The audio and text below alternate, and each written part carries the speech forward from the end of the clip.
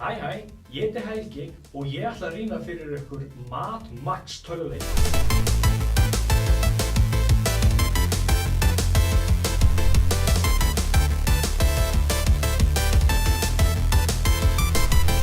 Nafnið gefur til kynna þá þessi tölvuleikur tengdur Mad Max bíómyndunum þó svo að hann tengist bíómyndinni nýju lítið sem ekki neitt.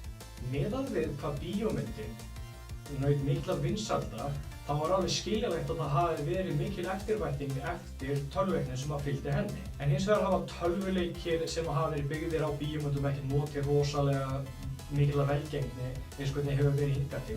Svo það var gaman að sjá og fylgjast með hvort að þessi leikur yrði eitthvað sérstakur. Í upphafi leiks þá erum við bara með bílinn okkar fullgræjan og við erum með allt dótið okkar nema þetta allt tekið frá okkur. Svo að í rauninni þá snýst leikurinn það að maður hefur fótt takast frá manni og maður þarf að safna öllum í byggja nýjan bíl og allt eftir því. Spilunin á leiknum er rosalega ávanabindandi.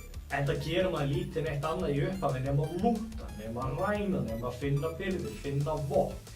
Því að vopn í þessum leik endast lítið sem ekki neitt. Bardagakerfið í leiknum minnir rosalega mikið á Batman-leikina.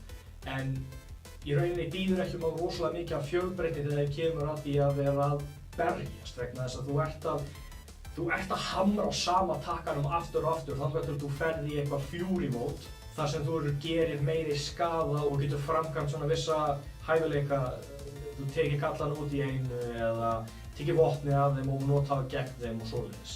Það sem mögulega ángraði mig mest í leiknum það var þegar ég var fyrst að byrja að spila því að keyra í þessum leik er ekki skemmtilegt.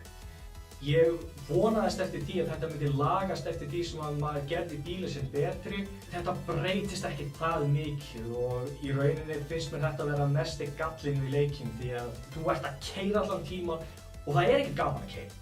Bandaðarnir sem er að eiga sér stað þegar maður er að keyra í bílum þeir eru einhæfir, þeir eru annarkvort of auðveldir eða of erfiðir fer þetta eftir því hvers konar bíla maður er að ráðast á. Til dæmis sleppti ég að standa í þessu barndegi því mér fannst þetta bara ekki skemmtilegir. Leikurinn lítur rosalega vel út.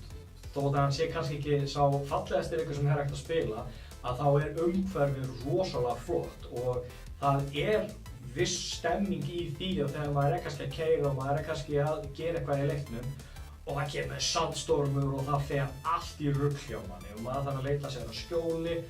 En það er eitt af því skemmtilega í leiknum því að þegar koma sandstormar að þá fjúka kassa, það fjúka svona birgðir. Þannig að það er gott að vera búinn að levela bílinn sinn þannig upp þannig að maður geti gripið þessa kassa og fengið lút þannig. Það eru mismunandi tegundir af óvinum í leiknum. Í rauninni þá er ekkert öðruvísi með þennan leik heldur en marga aðra. Þetta er svona viss formúla sem er kannski engin þörf að breyta en svona engin sérstök tilbreyting í þessum leik í samanburði við það. Þegar maður er að spila leikinn þá skiptir rosalega miklu máli að maður sé að levela upp lífið hjá sér, hversu mikið skaða maður getur gert og því að vopn, eins og ég sagði, endast ekki í leiknum. Því skiptir miklu máli að maður getur tekið við miklu skaða og maður getur deilt miklu skaða.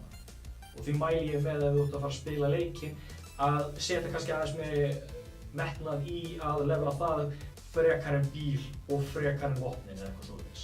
Söguþráðurinn í leiknum er rosalega sérstakur því að hann er til staðar og hann er ekkert leiðilegur en hann er bara ekki áhugaverður. Ég átti í rosalegum erfiðleikum í að í rauninni hvetja sjálfa mig áfram til þess að spila leikinn. Eina ástæðan af hverju mig langaði að spila leikinn var bara vegna þess að það var gaman að slást í honum og ekkert meira. Því að mörgu leyti er þetta einn skemmtilegasti leikur sem ég spilað sem að ég nefndi aldrei að spila. Leikurinn býður einnig upp á það að það er hægt að búa til marga tegundir af bílum og það er hægt að fara misjafnar leiðir í þessu. Meira að segja er eitt af sögu missjónunum í leiknum að ná sér í body af bíl. Og það í rauninni var pínu óáhugavert í seinna mér vegna þess að ég lagði rosalega mikla pælingu í hvers konar bíl mig langaði að keyra. Svo endaði bara með því ég gat fundið þessa tegundir bara seinna í leiknum. Svo að, en þrátt fyrir það, í heildina þá er þetta mjög skemmtilegur leikur Og það sérstaklega gaman þegar maður er nýbúinn að vera að horfa á Mad Max bíómyndina nýju að fara að spila þennan leik því að þú sérð alveg vissa tengingu bæði í leiknum og í myndinni svo að leikurinn sem stakur stendur bara mjög prýðilega. Leikurinn fær einhverjuna 3 af 5 heilum. Ég meina, leikurinn skemmtilegur, það skemmtilegt að spila hann og sögutræðin alveg áhugaverður þrátt fyrir að ég persónulega hafði ekki gaman af hann. Því mæli ég með ef þú hefur ekki leik í augnablikinu til þess að spila og þú vantar eitthvað til þess að gera, þá hiklaust. Kaupa leikinn, pröfa að spila hann. Það alveg hægt að henda þessum klassísku 30-40 klukkustundum í hennar leik, en þetta samt engin leikur sem að maður að fara að spila lengra til lítið. En takk fyrir og sjáumst síðan.